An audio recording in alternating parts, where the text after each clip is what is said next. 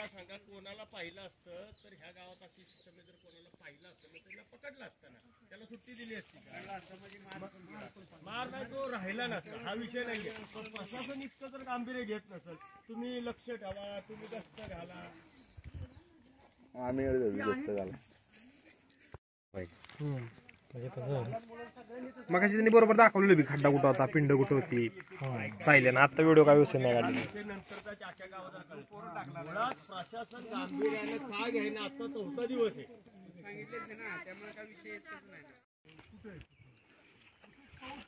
हे पहा, आम्ही सातारमधून इथं वरखडवाडी येथे आलोय.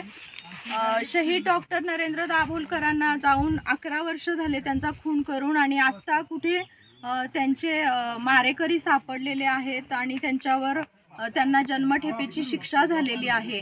आणि हे असे आघोरी प्रकार घडू नयेत यासाठी त्यांनी आपलं अख्खं आयुष्य वेचलं आणि काम करत असतानाच त्यांचा खून केला. ही खूप वाईट गोष्ट आहे आणि समाजासाठी त्यांनी काम केलं. तर वाईपासून इथं 4 किलोमीटरवर वरखडवाडी आहे आणि वरखडवाडीपासून 1.5 किलोमीटरवर इथं एक असलं माळासारखं ठिकाण आहे आणि बाजूला सगळी झाडी आहे, तुम्ही पाहू शकत असाल, आणि सगळा डोंगर आहे. आणि त्या ठिकाणी जवळजवळ लांबी 6 फूट आहे या खड्ड्याची आणि रुंदी आहे ती 5 फूट आहे आणि खोली आहे ती 4 ते 5 फूट आहे. तर इथले गावकरी सांगतात की हे खूप दिवसापासून इथं चाललंय आणि बाहेरच्या नंबरच्या गाड्या या गावामध्ये येतात आणि रात्रीच्या पण येतात या ठिकाणी गाड्या. आणि लोकांच्या जर लक्षात आलं तर ते लगेच लाईट बंद करतात, असंही त्यांचं म्हणणं आहे. आणि ह्या खड्ड्याच्या बाजूलाच एक लिंबू, बांगड्या आणि हळकुंड असं ठेवलेलं आहे. आणि या खड्ड्याच्या जवळ पण होतं ते, आता पावसामुळं तिथं नाही आहे. खूप मोठा पाऊस झाला, खड्डा पण आणखी खोल होता, पुन्हा त्याच्यावर माती पडली.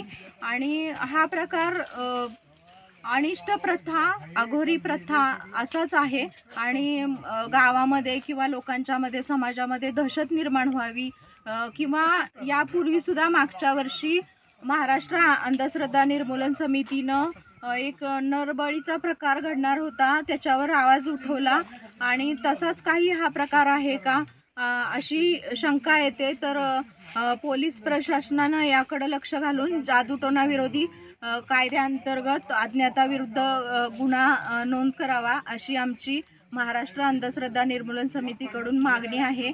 आणि हा प्रकार जो आहे तो डॉक्टर हमीद दाभोलकर यांच्या कानावर गेला आणि त्यांची टीम म्हणूनच आम्ही इथं आलो.